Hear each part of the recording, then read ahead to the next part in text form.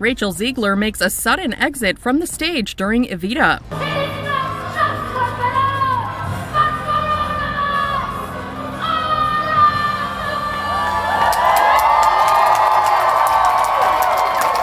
Rachel Zegler just got canceled after storming out of the Evita performance mid-show, leaving understudy Bella Brown to save the night and steal the spotlight. So in the end, it's really not about talent. It's about watching someone who thought they were above it all finally get humbled.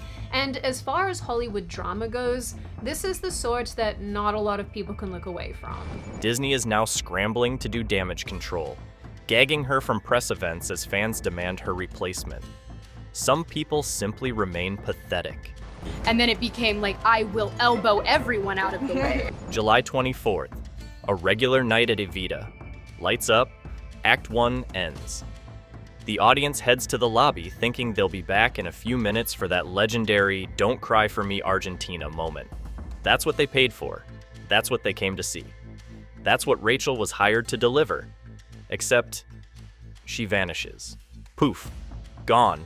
An eyewitness tells E! News that around 15 minutes into the interval, it was announced that her understudy, Bella Brown, would be stepping in to finish the show. 15 minutes into the interval, someone finally announces that Bella Brown, the understudy, not that Rachel bothered to introduce her ever, would be finishing the rest of the show.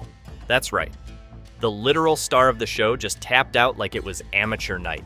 And the poor audience, bless their confused little theater-loving souls, had to sit in limbo for 40 to 45 full minutes waiting for Act 2 to continue. That's longer than some people's relationships.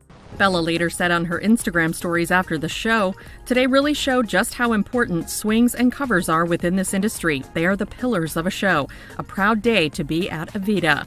Rachel is currently scheduled to return for the July 25th evening performance of the show. But here's the best part. When Bella Brown finally stepped out on that iconic balcony, the moment Rachel was too busy flaking to perform, the audience exploded. Literal standing ovation. We're talking the kind of applause that makes roofs tremble and egos deflate. If Andrew Lloyd Webber was cashing royalty checks that night, Bella's version of the scene was the only reason those checks had weight.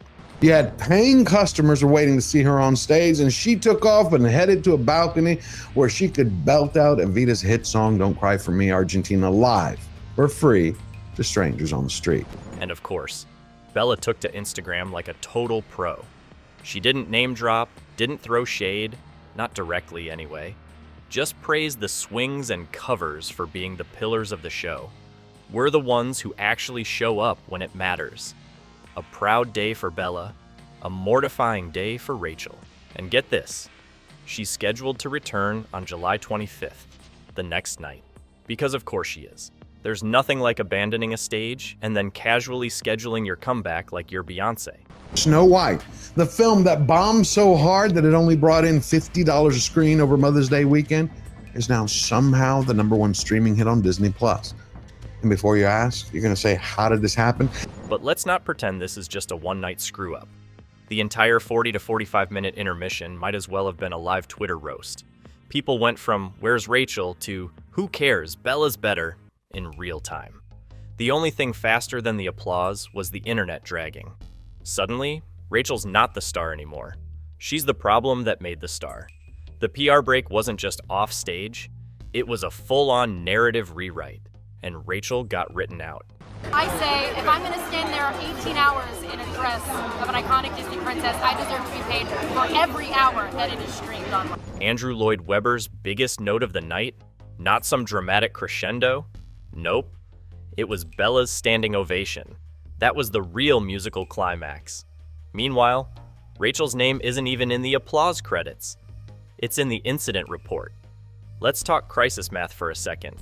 You've got 15 minutes of awkward silence while everyone's whispering, then 30 minutes of panic backstage, then boom.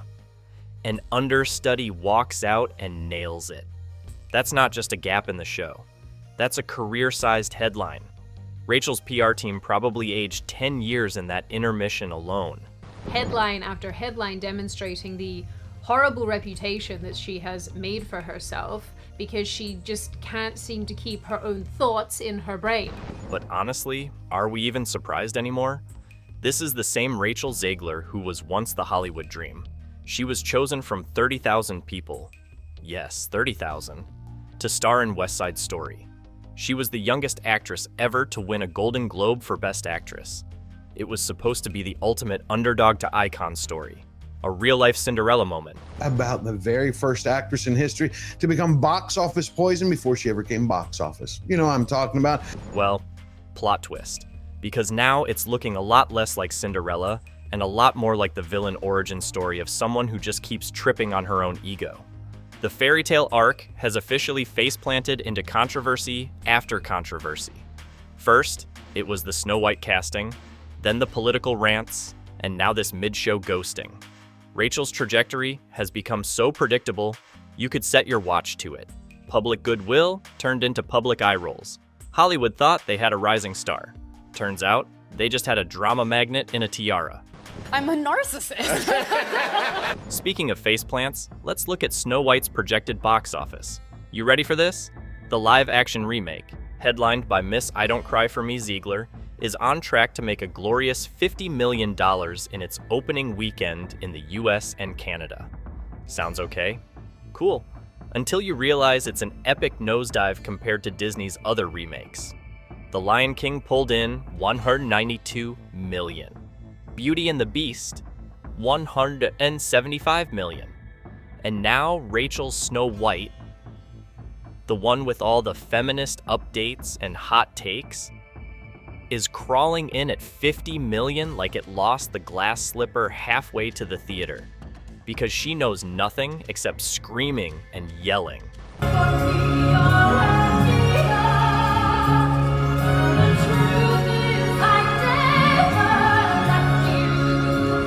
And you know what Disney's doing to promote it? Basically, nothing. Radio silence. Why? Because their lead actress is now a certified walking headline hazard. They're probably terrified she'll open her mouth and drop another grenade into the campaign. Marketing throttle down has officially begun. You know what this all boils down to?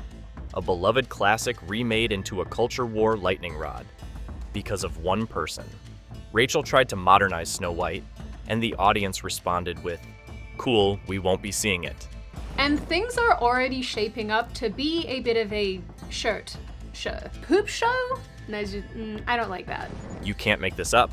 You've got a historic Disney property, a global platform, and a fan base ready for nostalgia.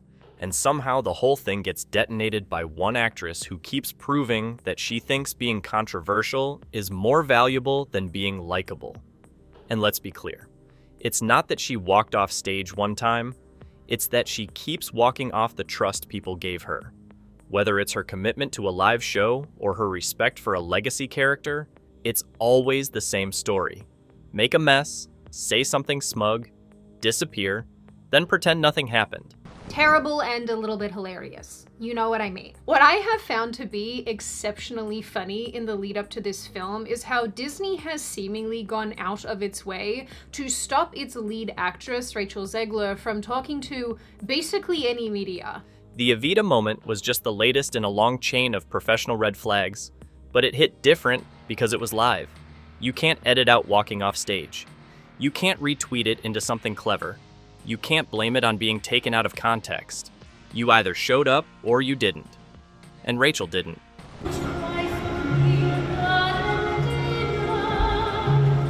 An iconic song, yes, but it's the balcony grabbing all the attention. And poor Bella Brown, the understudy who was probably getting half the applause just days earlier, suddenly becomes the audience's hero. She didn't just finish the show, she replaced the narrative. And she did it without screaming into a mic about feminism or cancel culture or any of the usual Zeglerisms. She just did her job. That's it. That's all people wanted from Rachel, too. Disney's Snow White said that harm should befall Trump and his voters. Do not see this film. But no, she had to make it complicated. She had to turn a simple performance into a headline. She had to remind the world once again that she's always one quote, one tweet, or one disappearance away from another PR disaster. And when your job is literally just to show up and say the lines, That's not just unprofessional, that's pure ego. So, Disney had to do what any company does when their star actress is one soundbite away from self-destructing. They shut her mic off. Literally. On March 5th, 2025, there was supposed to be this glamorous red carpet London premiere for Snow White. You know, the kind with flashing cameras, press interviews, and a smiling cast pretending this movie isn't a complete PR dumpster fire. She's very good at alienating not only her viewers, but just viewers in general with everything that she says and every social media post she makes. But instead of that, Disney just went, nope, not doing this circus. They scrapped the London premiere entirely and quietly sneaked the whole event over to Spain. Secret location, limited press. Basically, they were trying to keep Rachel as far away from live microphones as humanly possible.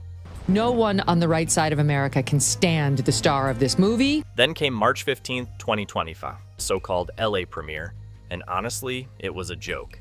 There were no traditional red carpet interviews, no messy reporters waiting to ask Rachel about her weird stalker Prince comments. Instead, Disney handpicked photographers like they were curating an art gallery.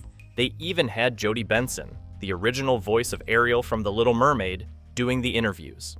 When you have to bring in literal Disney royalty to babysit your actress, you know things have hit rock bottom. The original cartoon came out in 1937, and very evidently so. Okay. There's a big focus on her love story with a guy who literally stalks her.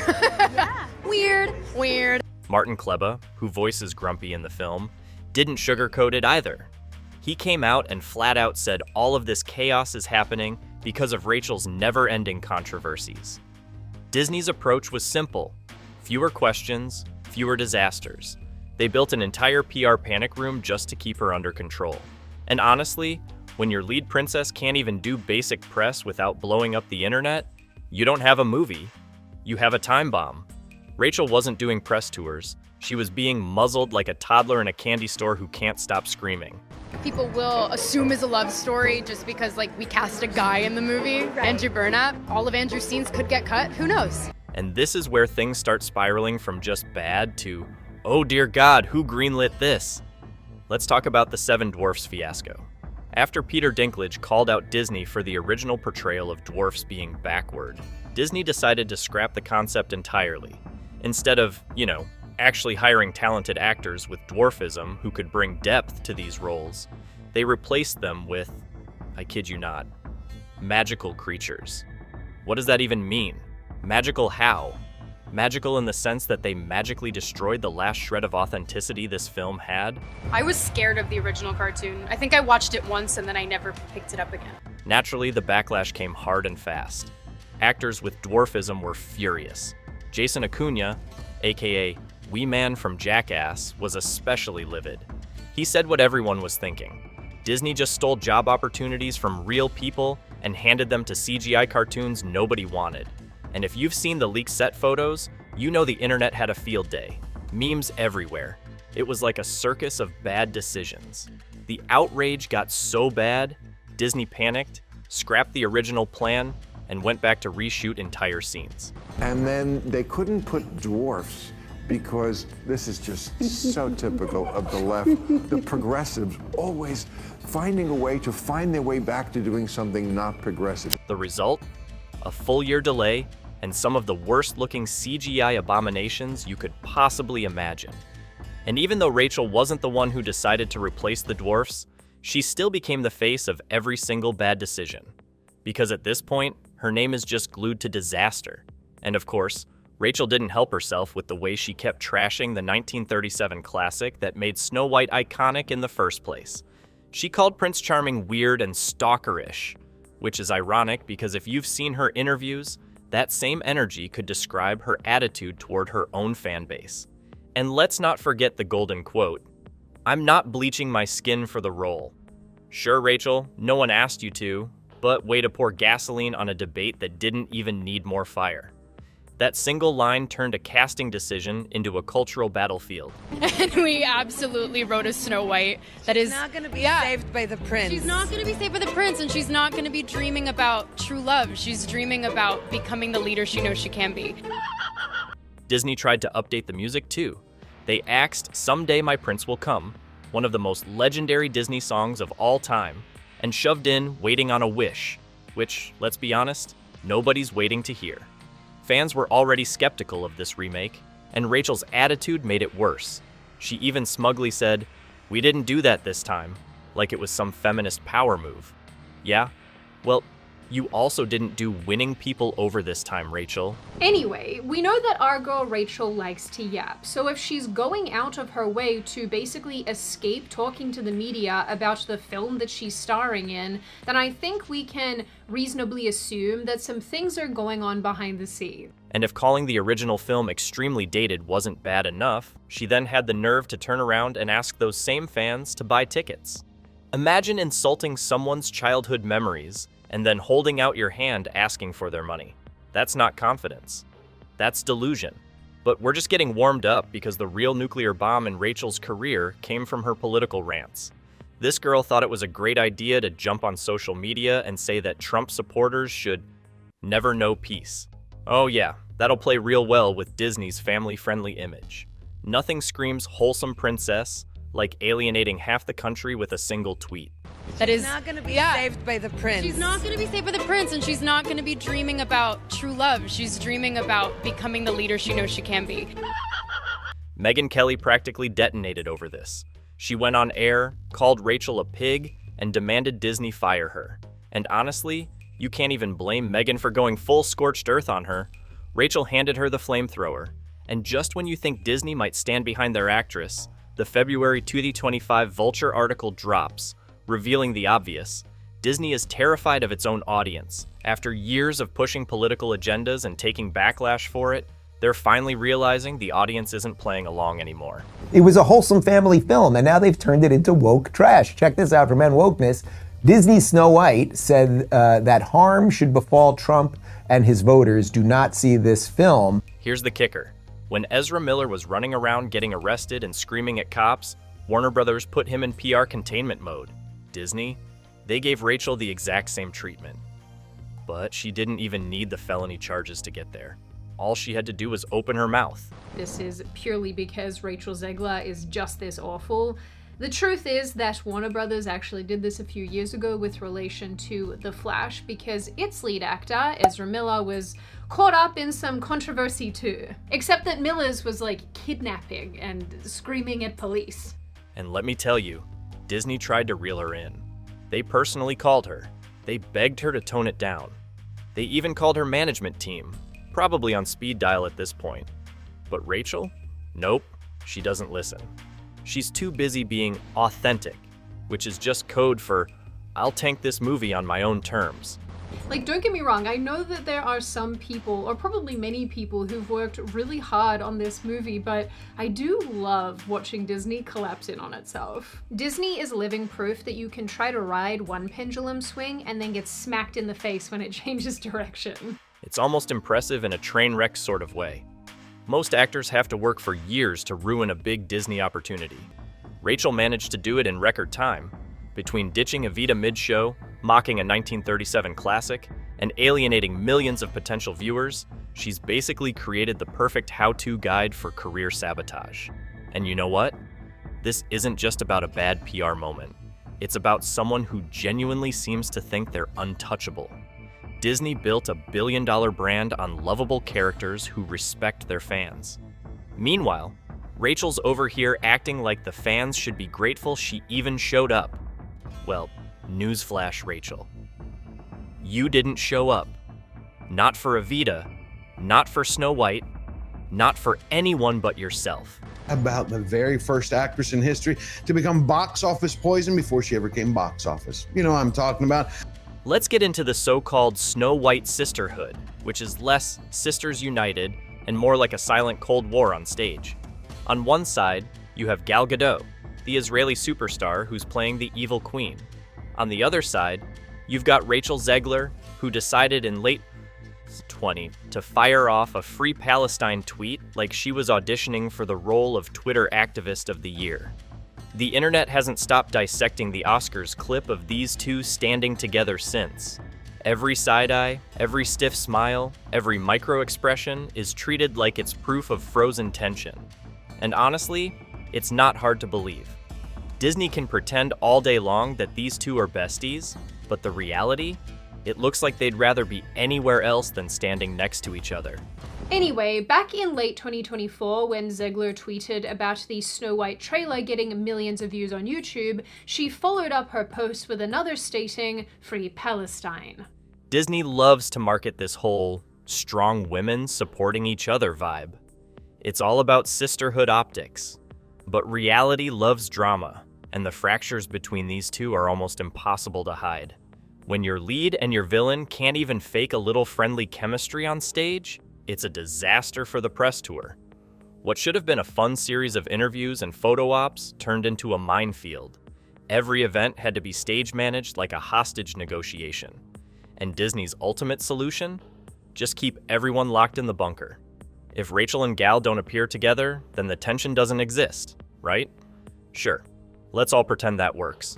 And Rachel Zegler, being 23 or whatever she is, like so many kids raised on TikTok, she's all for infatata is the only global solution. But here's the thing. Rachel is not just awkward with her co-stars. She's flat out impossible to control. Industry insiders have already been spilling the tea, and the verdict is unanimous. Disney's lead actress is out of control. She won't listen. This isn't just some anonymous rumor on Reddit. This is coming from people inside the machine. Apparently, Disney and her management have been calling her directly, practically begging her to tone it down, to stop running her mouth, to quit making the entire film about her personal political crusades. And what does Rachel do? Absolutely nothing. She ignores every piece of advice like it's beneath her. It's like she's allergic to listening. Rachel Zegler, who is the new Snow White, and she's talking about Snow White being woke. Can you tell us a little bit about your version of Snow White? Yeah, I mean, Snow White is the girl you remember, but she's definitely made for the modern age, and there's such an emphasis on what it really means to be the fairest of them all. And the audience? Oh, they've had enough. Enter the hashtag Replace Rachel movement. This isn't just a few salty fans tweeting into the void. This is a full-on campaign to get her booted from her own movie. The hashtag exploded with suggestions. Some people want Lily Collins to take over. Others think Disney should just give up and animate the whole thing again. The memes are merciless. My personal favorite? If you hate Snow White so much, remake Frozen and call it Chilly Independent Woman. I mean, tell me that isn't a better tagline than whatever nonsense they're cooking up right now. In this case, for example, maybe Snow White is just too far away from this generation and can't cross those generational lines. I guess it goes to show that maybe rather than endlessly doing remakes, Disney should invest its money in creating something new. Rachel has somehow become the face of everything people hate about modern Hollywood. She's the avatar of why these remakes keep failing. Disney is trapped. If they fire her, it looks like they're caving to mob rule. But if they keep her, they're basically daring the audience to boycott the movie. It's a lose-lose situation, and Rachel is sitting in the middle of it all, acting like none of this is her fault.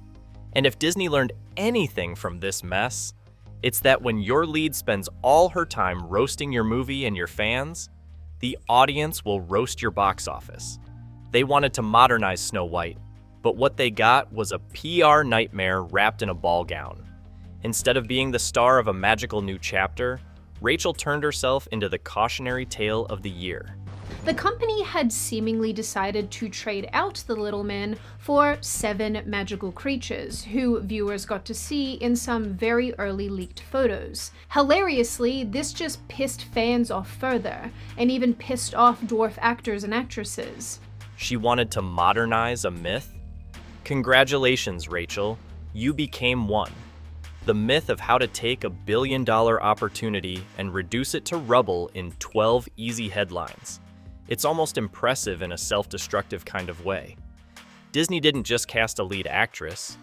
They cast the person most likely to sabotage their own movie while tweeting about empowerment. And then there's the final image we're left with, Evita's balcony. It was supposed to be Rachel's moment of triumph, the kind of role-defining scene that makes careers.